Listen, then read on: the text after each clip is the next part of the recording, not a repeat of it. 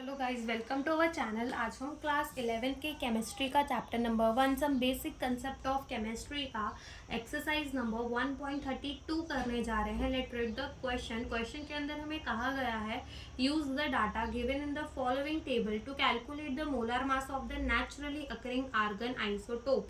ठीक है, तो यहाँ पे हमें कुछ आइसोटोप्स दे रखे हैं आर्गन के 36, 38, 40 वाले। आइसोटोपिक मोलर मास हमें दिया हुआ है और हमें उनके अबंडेंस भी दिए हुए हैं और हमें उनका क्या निकालना है, नेचुरली अकरिंग आर्गन के आइसोटोप का क्या निकालना है, मोलर मास। जो कि हम कैसे निकालेंगे, आइसोटोपिक मोलर मास इनटू उसकी अबंडेंस कितनी है, इन सब को प्लस करके मतलब isotopic molar mass into abundance.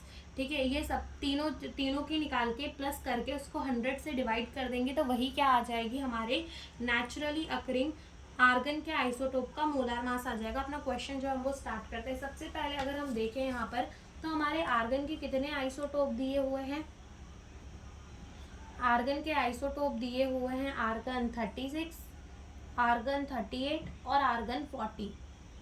ठीक है, ओके। इनके आइसोटोपिक मोलर मास और अबंडेंस हमें एनसीईआरटी के बुक में दिए हुए हैं, हम वहीं से देख के लिख रहे हैं। हमें क्या निकालना है, हमें निकालना है molar mass of the argon. ठीक है, नेचुरली अकरिंग आर्गन का आइसोटोप। तो हम क्या करेंगे, सबसे पहले आइसोटोपिक मोलर मास कौन से वाले का, आर्गन 36 वाले का, इस 35.96755 इनटू उसकी अबंडेंस कितनी है 0.337 प्लस।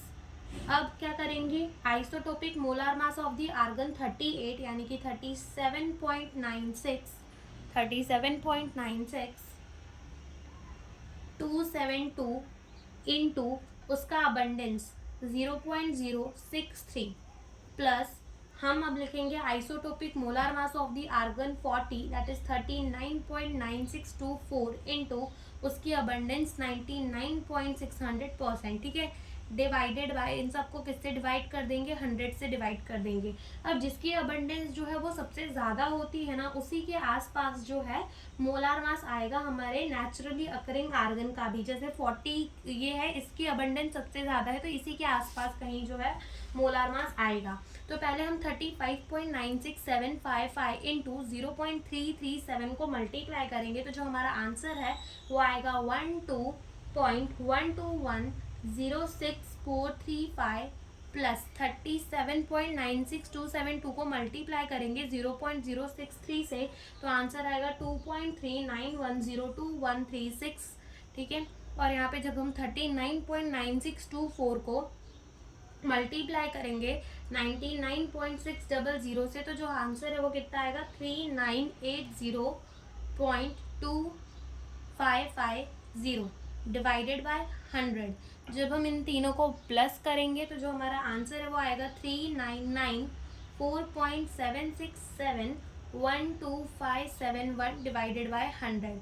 100 की वजह से 2 पॉइंट जो है वो आगे चला जाएगा तो ये कितना आ जाएगा 39.9476712571 जिसको हम 39.948 भी लिख सकते हैं राउंड ऑफ करके।